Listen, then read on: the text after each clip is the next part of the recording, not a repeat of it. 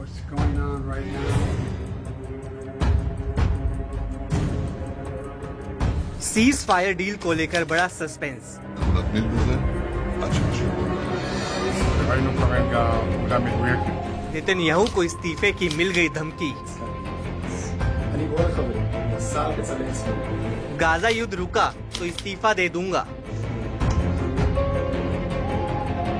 बहुत बुरे फंस गए Israeli PM Netanyahu. Israel Hamas के बीच एक सीज फायर डील को लेकर चर्चा जोरों पर है। ऐसी खबर है कि किसी भी वक्त 1.5 सालों से जारी गाजा युद्ध रुक सकता है। दोनों ही खेमे अपने पूरे दांव पेच लगाकर अपने अपने पक्ष में सीज फायर डील को करने की जदोजहद में हैं।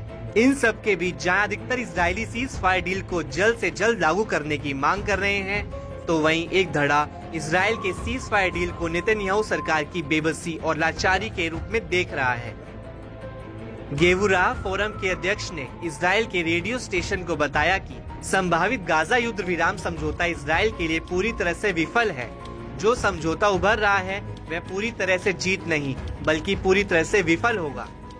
जिस इरादे के साथ इजरायली पीएम गाजा में हमास के खिलाफ युद्ध लड़ने के लिए उतरे थे, उसकी अब कोई भी बात नहीं कर रहा है। खुद नेतन्याहू इस मामले पर चुप्पी साधे हुए हैं। वहीं हमास के हमलों में मारे गए गोलानी ब्रिगेड के 91वीं बटालियन के प्लाटून कमांडर लेफ्टिनेंट के पिता ने भी इजराइल और हमास के बीच सीज फायर डील का विरोध किया है। उन्होंने कहा कि इजरायली पीएम को इससे पहले कभी इतना बेसहारा और कमजोर नहीं देखा जितना वे अब हमास के सामने हो गए हैं।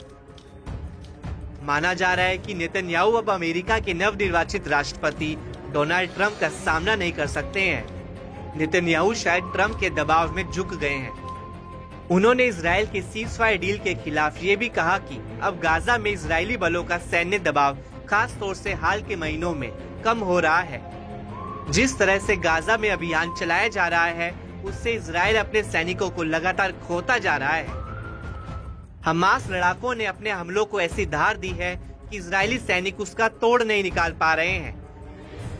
गाजा में हो रहे इजराइल के नए नुकसान पर पीएम नेतन्याहू और सैन्य मामलों के नए मंत्री इन चीजों को जारी रहने दे रहे हैं। सैन्य नेतृत्व में किसी भी तरह का हेरफेर नहीं कर रहे हैं। इन सब के बीच इजराइल के कई मंत्री भी सीज फायर डील को लेकर अब अपनी नाराजगी जताने लगे हैं। इस कड़ी में इजरायली मंत्री इतमार बेन गवीर ने वित्त मंत्री बेजेल स्मोट्रिच से यहाँ तक कह दिया कि यदि गाजा में युद्ध विराम समझौता लागू हो जाता है तो वह उनके साथ इस्तीफा दे दें। बेन गवीर ने कहा कि जो समझौता आकार ले रहा है वह हमास के सामने आत्मसमर्पण का सौदा है। इसलिए मैं अपने मित्र बेजेल स्मोट्रिच से आग्रह करता हूं कि वह मेरे साथ जुड़ें और इस सौदे के खिलाफ काम करने में सहयोग करें। मेरी यहूदी पावर पार्टी के पास अकेले इस सौदे को रोकने की शक्ति नहीं है, लेकिन साथ मिलकर ये संभव है। हम प्रधानमंत्री के पास जा सकते हैं और उनसे कह सकते हैं कि अगर उन्होंने इस सौदे को पास किया तो हम सरकार से इस्तीफा दे देंगे।